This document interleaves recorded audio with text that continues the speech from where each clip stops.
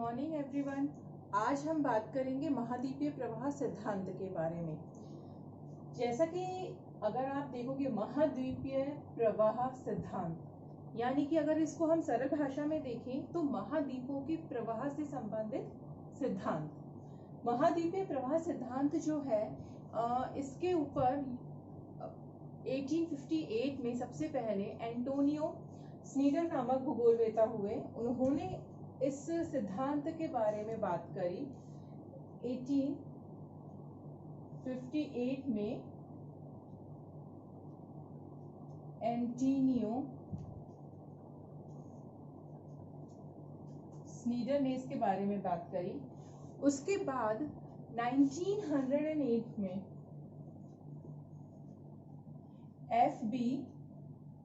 Taylor नामक भूगोलवेत्ता हुए, जिन्होंने इसके बारे में बात करी।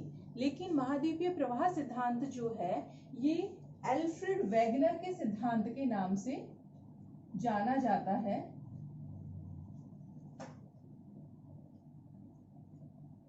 एल्फ्रेड वेगनर मुख्य रूप से जर्मन जलवायुवेत्ता और भूशास्त्रवेत्ता थे।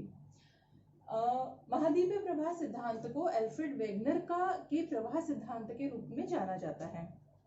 अब महाद्वीपीय प्रवाह सिद्धांत से तात्पर्य क्या है? महाद्वीपीय प्रवाह सिद्धांत से तात्पर्य उस परिकल्पना से है जिसके अनुसार ये माना जाता है कि किसी भूवैज्ञानिक काल में जो महाद्वीप हैं वो सब एक साथ जुड़े हुए थे और समय के साथ साथ वो महाद्वीप अपने स्थान से विस्थापित हुए, टूटे, अलग हुए और धीरे धीरे आज की वर्तमान स्थिति तक पहुंचे हुए हैं। तो महाद्वीपों के प्रवाह से संबंधित जो सिद्धांत है वो महाद्वीपीय प्रवाह सिद्धांत कहलाता है।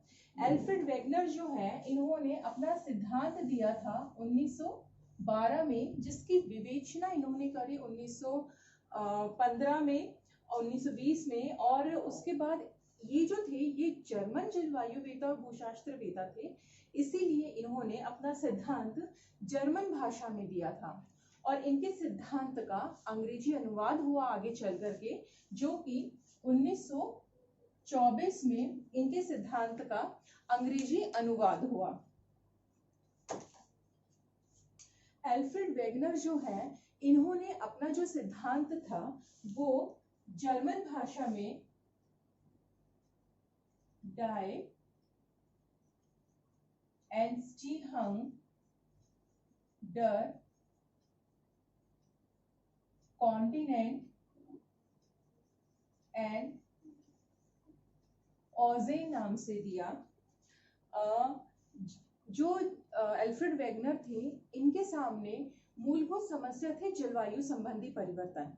इन्होंने देखा कि जो कार्बनिफरस हिमानीकरण है उसके प्रभाव दक्षिणी अफ्रीका, दक्षिणी अमेरिका आदि वाले भागों में, अंटार्कटिका वाला, थोड़ा सा दक्षिणी भारत, उन क्षेत्रों में कार्बनिफरस हिमानीकरण और ग्लोसोपेट्रिस वनस्पति के अवशेष मिले।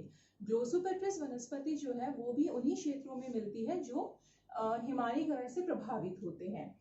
और अंटार्कटिका जो है, जो कि हमेशा बर्फ से ढका रहता है, वहाँ बर्फ की चादर से ढका रहता है, वहां पर कोयला का पाया जाना भी विरोधाभास था, क्योंकि कोयला जो है वो मुख्य रूप से उष्ण आर्द्र जलवायु वाले क्षेत्रों में मिलता है।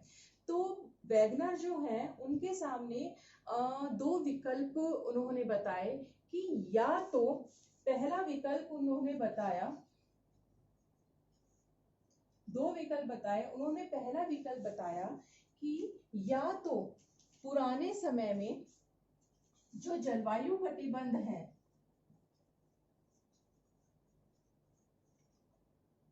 जलवायु कटिबंध परिवर्तित हुए व महाद्वीप स्थिर रहे, महाद्वीपों की स्थिरता से संबंधित। और दूसरा विकल्प उन्होंने बताया कि यदि जलवायु कटिबंध जो है वो स्थिर रहे हैं तो महाद्वीप जो है उन्होंने उनका स्थान परिवर्तन हुआ है।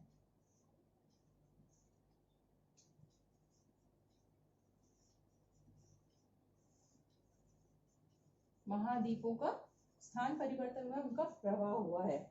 अब जो एल्फ्रेड वेगनर थे, इन्होंने जो दूसरा वाला विकल्प दिया, जलवायु कटिबंध स्थिर रही है और महाद्वीपों का प्रवाह हुआ है, इसमें इन्होंने अधिक विश्वास व्यक्त किया और इसको ही आधार लेके इन्होंने महाद्वीपों और महासागरों की तली की जो स्थिरता से संबंधित परिकल्पनाएं थी, उनका खंडन करते हुए अपना महाद्वीपीय प्रवाह सिद्धांत जो है ये इन्होंने दिया।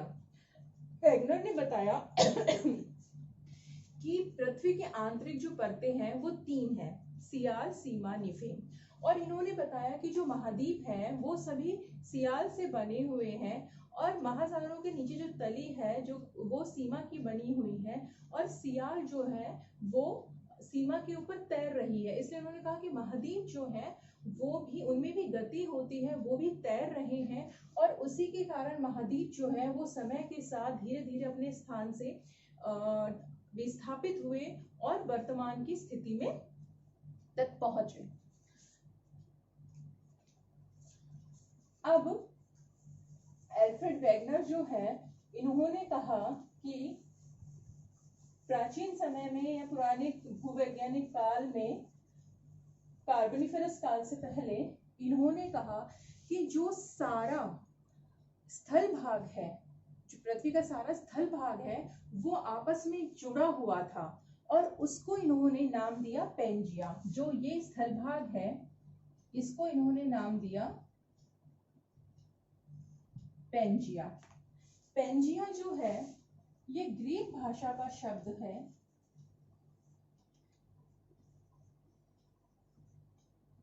ग्रीक भाषा का शब्द है जिसका अर्थ होता है संपूर्ण पृथ्वी।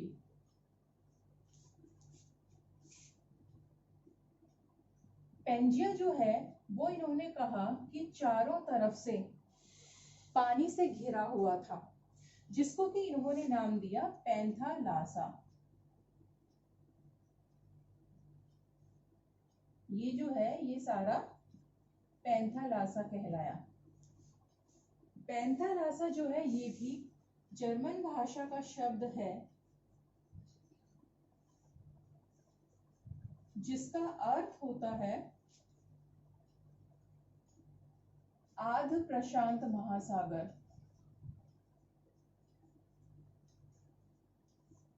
या और इसको संपूर्ण महासागर भी कहते हैं, आंध्र प्रशांत महासागर भी कहते हैं। वेगनर ने बताया कि धीरे धीरे जो ये पेंजिया है ये विभक्त हुआ, टूटा और टूट करके धीरे धीरे ये विभिन्न कालों में विस्थापित होते होते आज की वर्तमान स्थिति तक पहुंचा है। अब हम बात करेंगे कि एक एक काल में क्या क्या इसमें परिवर्तन आए।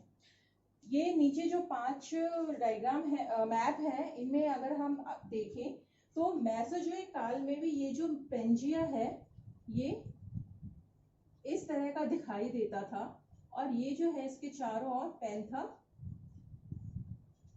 था।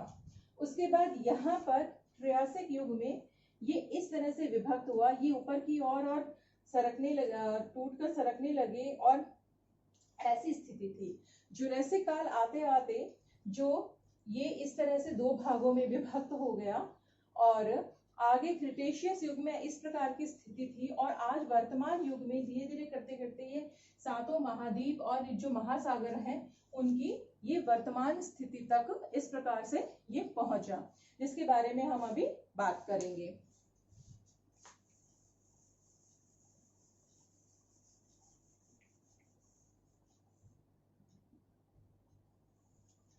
वेगनर ने कहा कि कार्बोनिफेरस युग के बाद ये जो पेंजिया था इसका टूटना शुरू हुआ और पेंजिया जो है वो सबसे पहले 2 भागों में टूटा। इधर अगर आप देखेंगे तो 2 भागों में टूटा और इसका जो उत्तरी भाग था ये अंगारा लैंड कहलाया और ये पेंजिया का 2 भागों में विभक्त हुआ और इसका उत्तरी भाग जो था वो अंगारा लैंड कहलाया। अंगारा लैंड जो है इसमें उत्तरी अमेरिका,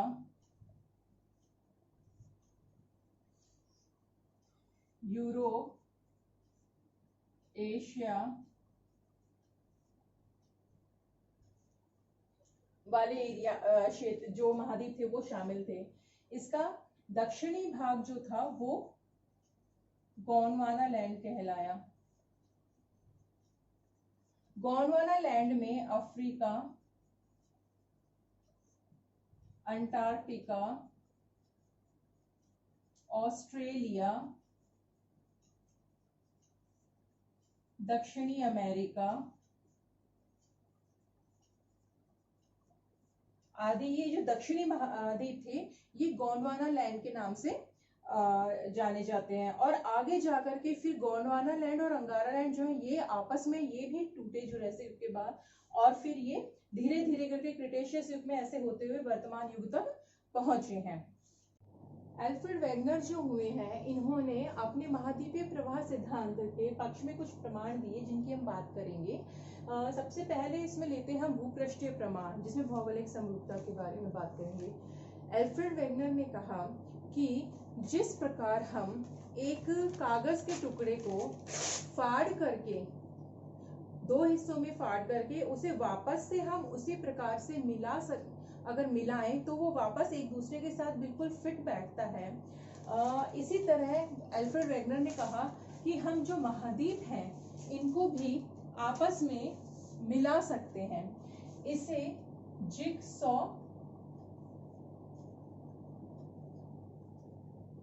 फिट कहते हैं। इसके लिए वेगनर ने उदाहरण लिया कि जो यूरोप वाला हिस्सा है इसमें जो ये उत्तरी अमेरिका वाला हिस्सा है इन दोनों को हम आपस में जोड़ें तो ये जिगसॉ फिट की तरह एक दूसरे के साथ ठीक बैठेंगे। ये उत्तरी अमेरिका और ये यूरोप। इसी प्रकार इन्होंने कहा कि जो महाद्वीप ये अफ्रीका महाद्वीप वाला हिस्सा है इसमें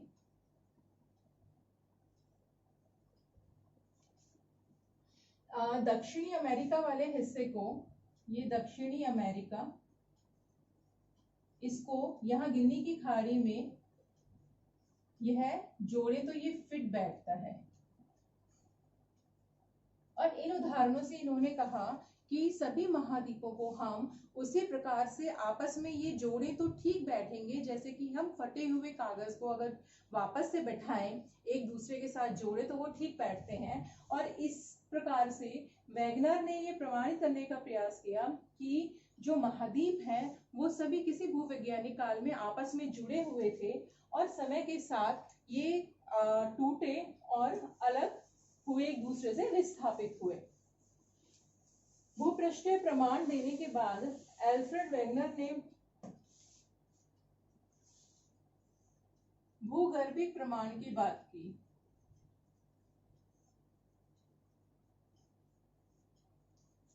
अल्फ्रेड वेगनर ने कहा कि जो उत्तरी और अमेरिका और यूरोप है और नीचे दक्षिणी अमेरिका और अफ्रीका है, यहाँ पर जो भूगर्भिक संरचनाएं हैं और जो खनिज तत्व पाए जाते हैं वो भी एक दूसरे से काफी मेल खाते हैं। इसमें इन्होंने कहा कि यूरोप की जो कैलिडोनियन पर्वत श्रृंखलाएं हैं उनको उत्तरी अमेरिका की हर्षियन पर्वत श्रृंखलाओं की ही वो सीध में है कि जैसे कभी वो एक साथ रही हो और फिर वो महाद्वीपों के विलग होकर के दूर विस्थापित होने की वजह से एक दूसरे से दूर हो गई हो। तीसरी इसमें उन्होंने बात करी पूर्व वनस्पति एवं जीवाश्म अवशेष संबंधी प्रमाणों की।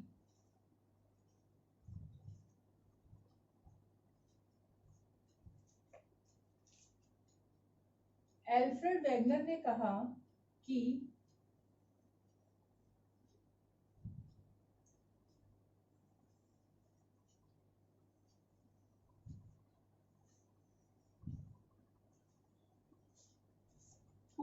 प्लेटोवैज्ञानिक काल में जो ग्लोसोपट्रिस वनस्पति है, जो कि मुख्य रूप से हिमानी प्रभावित क्षेत्रों में पाई जाती है, वो दक्षिणी, ये अफ्रीका है, ये दक्षिणी अमेरिका,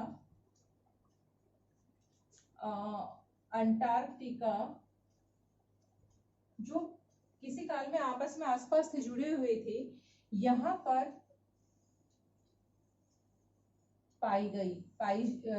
जिसके अवशेष यहाँ पर मिले।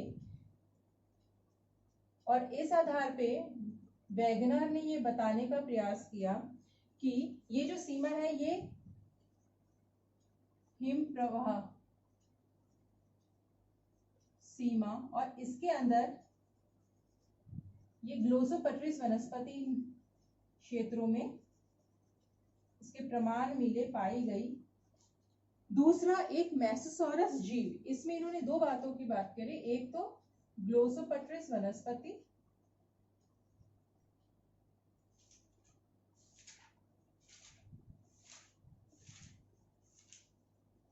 और दूसरा मेसोसॉरस जीव। मेसोसॉरस जीव जो है ये भी हिमानी प्रभावित क्षेत्रों में मिलते हैं और ये भी इन्हीं क्षेत्रों में पाए गए। तो ग्लोसोपट्रिस वनस्पति और मेसोसॉरस जीव के इन क्षेत्रों में पाए जाने से उन्होंने कहा कि किसी समय में ये जो क्षेत्र है ये हिमानी से प्रभावित रहा होगा। और अंटार्कटिका जो है, जो कि आज हम देखते हैं कि हिम प्रभावित क्षेत्र है, हिमाच्छादित क्षेत्र है, वहां पर कोयले के प्रमाण मिले। तो एल्फ्रेड वैगनर ने इस प्रकार से ये कहा कि किसी काल में ये जो महाद्वीप है ये आपस में जुड़े हुए थे और धीरे धीरे ये अलग हुए और वर्तमान की स्थिति में पहुंचे।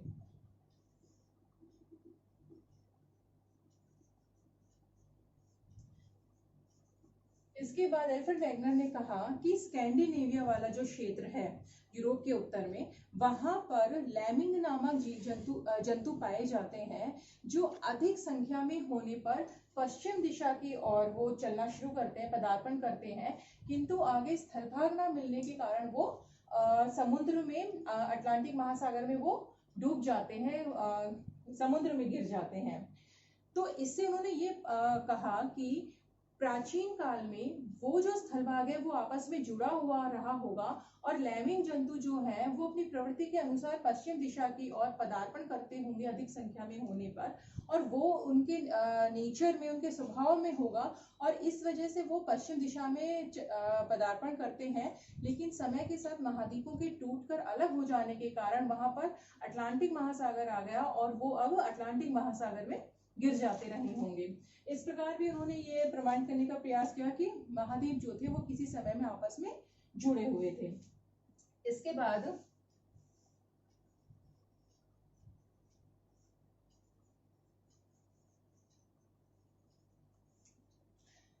हम जानते हैं कि कंगारू जो है वो ऑस्ट्रेलिया में मुख्य रूप से पाया जाने वाला जीव है, लेकिन जो दक्षिणी अमेरिका का ब्राजील है, ब्राजील देश में भी कंगारुओं के जीवाश्म पाए गए हैं। तो इतनी दूर पूरा हिंद महासागर, अटलांटिक महासागर को पार करके और ब्राजील तक पहुंचना कंगारुओं के लिए पॉसिबल नहीं है। इसीलिए वैगनार ने कहा कि किसी समय में जब ये महाद्वीप आपस में जुड़े हुए थे, दक्षिणी महाद्वीप, तो उस समय दक्षिणी अमेरिका का जो भाग है ब्राजील वाला, ये ऑस्ट्रेलिया के आसपास रहा होगा और इस वजह से वहां पर भी कंगारू समय मिलते होंगे, जिनके जीवाश्म अवशेष जो हैं वो हमें ब्राजील में मिले हैं। इसके बाद इन्होंने बात करी कि जो